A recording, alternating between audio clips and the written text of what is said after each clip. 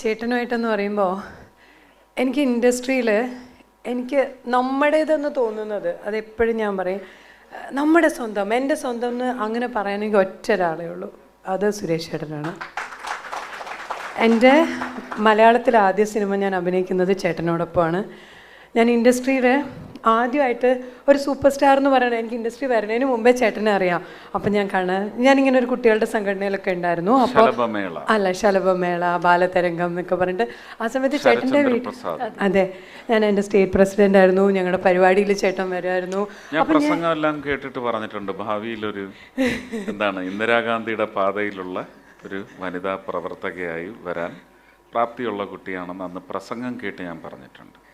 അന്ന് പ്രസംഗം ഇവരെഴുതി പഠിച്ചിട്ടാണ് വന്ന് പ്രസംഗിക്കുന്നത്. എങ്കിലും ഒരു പ്രസംഗത്തിൻ്റെ കോണ്ടൻറ്റിൻ്റെ ഒരു ഗ്രാവിറ്റി വാസ് കെപ്റ്റ്. അപ്പം അതിൽ നിന്ന് നമ്മൾ മനസ്സിലാക്കുന്നത് ഇവരൊക്കെ അങ്ങനെ വരണമെന്ന്. പക്ഷേ പിന്നെ അത് അവിടെ മാറി സിനിമയിലേക്കൊക്കെ വന്നു, അവൻ കളഞ്ഞു. പക്ഷേ she should have continued that. അവിടെ നിന്ന് അതായത് നമ്മളിങ്ങനെ ആദ്യം കാണുന്ന നമ്മൾ സിനിമയിലൊക്കെ കണ്ടിട്ടുള്ള സുരേഷ് ചേട്ടനെ നമ്മൾ കാണുമ്പോൾ അവിടെ നിന്ന് സുരേഷ് ചേട്ടൻ എന്ന് പറയുന്ന ഒരു ആക്ടറിൻ്റെ അപ്പുറത്തേക്ക് ഒരു വ്യക്തി എന്ന് പറയുന്നത് അവന് ചെറിയ കുട്ടിയാണ്. അപ്പോൾ ഇങ്ങനെ കാണുമ്പോൾ ഇങ്ങനെ കണ്ണ് നിറയെ സുരേഷ് ചേട്ടനെ കാണണതിൻ്റെ ഒരു കൗതുകം, സന്തോഷം, അവിടെ നിന്ന് അനുഭവിക്കുന്ന ഒരു സ്നേഹം ഉണ്ടായിരുന്നു. അത് കഴിഞ്ഞ് സുരേഷ് ചേട്ടൻ്റെ വീട്ടിൽ പോയിട്ടുണ്ട്. അപ്പോൾ നമ്മുടെ പരിപാടിയുടെ ഭാഗമായിട്ട് തന്നെ വീട്ടിൽ പോയിട്ടുണ്ട്.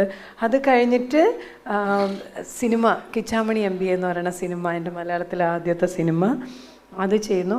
അവിടെ തൊട്ട് സുരേഷ് ചേട്ടൻ്റെ അടുത്ത് ഉള്ള ഒരു സുരേഷ് ചേട്ടനിൽ നിന്ന് കിട്ടുന്ന ഒരു സ്നേഹം, വാത്സല്യം, കെയർ, അത് സുരേഷ് ചേട്ടൻ എന്ന് പറയുന്ന ഒരു വ്യക്തി എൻ്റെ അടുത്ത് ചോദിച്ച ഒറ്റതേ ഉള്ളൂ, എന്ത് ഇമോഷനാണോ അത് കള്ളത്തരം ഇല്ലാതെ കാണിക്കുന്ന പച്ചയായിട്ടുള്ളൊരു മനുഷ്യൻ. അതിനപ്പുറത്തേക്ക് എനിക്ക് ചേട്ടനെ പറ്റിയിട്ട് ഒന്നും പറയാനില്ല. അതാ ഞാൻ പറഞ്ഞത്, നമ്മുടെ സ്വന്തം എന്നെനിക്ക് തോന്നിയിട്ടുള്ള ഇൻഡസ്ട്രിയിൽ എല്ലാവരും ഭയങ്കര സ്നേഹമാണൊക്കെയാണ്. പക്ഷേ എൻ്റെ അടുത്ത് ആരൊക്കെ ചോദിക്കും ഇൻഡസ്ട്രിയിൽ ആരാണ് നമുക്ക് അത്രയും ക്ലോസ്, എന്തിനും എപ്പോഴും വിളിക്കാൻ തോന്നിയിട്ടുള്ളത്. എനിക്ക് എൻ്റെ സ്വന്തം എന്ന് ചോദിച്ചിട്ട് എനിക്കൊരു കാര്യം എനിക്ക് വിളിക്കാമെന്ന് തോന്നുന്ന ഒരൊറ്റ ഒരാൾ അത് ചേട്ടനാണ്. അത് എന്നെ വഴക്ക് പറഞ്ഞാലും ഒരക്ഷരം മിണ്ടാതെ ഞാൻ നിൽക്കുന്നുണ്ടെങ്കിൽ ഒരു പക്ഷേ എൻ്റെ ജീവിതത്തിൽ വളരെ അപൂർവ ആൾക്കാരിൽ ഒരാൾ അത് ചേട്ടനാണ്. എന്നോട് ദേഷ്യപ്പെട്ടിട്ടുണ്ട്, എന്നോട് പിണങ്ങിയിട്ടുണ്ട്, എൻ്റെ കുറ്റം കൊണ്ട് തന്നെ എന്നോട് പിണങ്ങിയിട്ടുണ്ട്, ഒത്തിരി സ്നേഹവും വാത്സല്യവും തന്നിട്ടുണ്ട്. ഒരു സെക്കൻഡ്, എന്താണ് മനസ്സിലായില്ല? ആനക്കോട്ട് ചാക്കോച്ചി, ആനക്കാട്ടിൽ. താൻ എന്നോട് നേരെ പേര് പറയാനത്. അപ്പൊ ആനക്കാട്ട് ചാക്കോച്ചി ഇയാളാണല്ലേ? എനിക്ക് തോന്നണ്ടേ ഈ യൂണിഫോം കണ്ടിട്ട് എഴുന്നേറ്റ് നിൽക്കാൻ തോന്നുന്നില്ല? ആ യൂണിഫോം ഹാങ്ങറിലിട്ട് വന്നാൽ ഞാൻ ബഹുമാനിക്കും. വേഗം പറയണോ? അല്ല, അടുത്ത റൗണ്ടിൽ എഴുതിയേൽക്കാനാ? അല്ല ചാക്കോച്ചി, എന്താണ് ബിസിനസ്, എന്താണ് പരിപാടി? ഞങ്ങൾക്ക് ഒരുപാട് കംപ്ലൈന്റ്സ് കിട്ടിയിട്ടുണ്ട്, അല്ലാണ്ട് ചുമ്മാ വന്നതൊന്നുമല്ല. സ്പിരിറ്റ് കടത്താൻ ഇത്ര ധൈര്യം ഓർമ്മയുണ്ടോ ഈ മുഖം?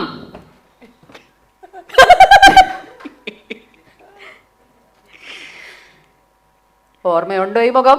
You are actually thrusting me with surprises. ഇവിടെയാണ് വിസിലടിക്കേണ്ടത്.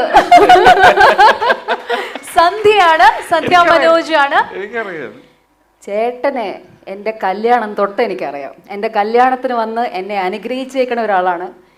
മലേഷ്യയിൽ എൻ്റെ വീട്ടിൽ വന്നിട്ടുണ്ട്. ഒരുപാട് ഓർമ്മകൾ. ഞാനും 4 മക്കളും രാധികയും കൂടെ പോയി അവരുടെ ഫ്ലാറ്റിലാണ് താമസിച്ചിട്ടുള്ളത്.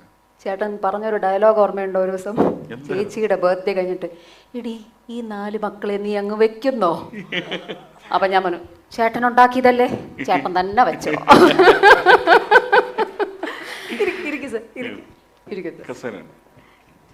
അല്ല, ഞാൻ ചോദിക്കട്ടെ മാഡം, എന്താണെന്ന് വന്നതിന്റെ ഉദ്ദേശം?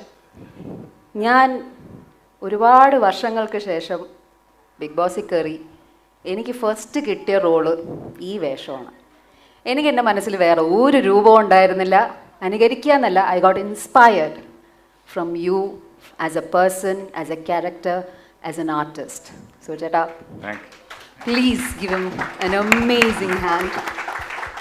ഒന്ന് ചാടിക്കാൻ വേണ്ടി, പക്ഷെ ചേട്ടനെ ചാടിക്കാൻ പറ്റില്ലല്ലോ. ഒന്ന് ചാടിക്കാൻ വേണ്ടി മാക്സിമം ട്രൈ ചെയ്തു. ദാ എൻ്റെ കൂടെ ഒരാളും കൂടെ വന്നു. Thank you. എന്തായാലും Sandhya, Thank you. Thank you so much both. പെട്ടെന്നാണെങ്കിലും ഈ പറഞ്ഞ സുരേഷ് ചേട്ടനെ കാണാൻ ഈ ഒരു യൂണിഫോമിൽ തന്നെ വന്നപ്പോൾ നമുക്ക് ഭയങ്കര ഒരു അത്ഭുതം തോന്നി. Thank you so much. Will have A click. Priyanka Yes, please. please.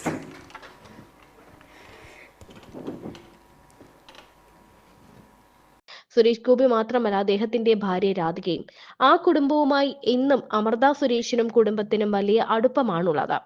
ആ അടുപ്പത്തെ പറ്റി പലപ്പോഴും അമൃത പല വേദികളിലും തുറന്നു പറഞ്ഞിട്ടുമുണ്ട്. ഇപ്പോൾ സുരേഷ് ഗോപിക്ക് മുന്നിൽ വെച്ച് തന്നെ ആ സംഭവങ്ങളെ പറ്റി ഒന്നുകൂടി പറയുകയാണ് അമൃത സുരേഷ്.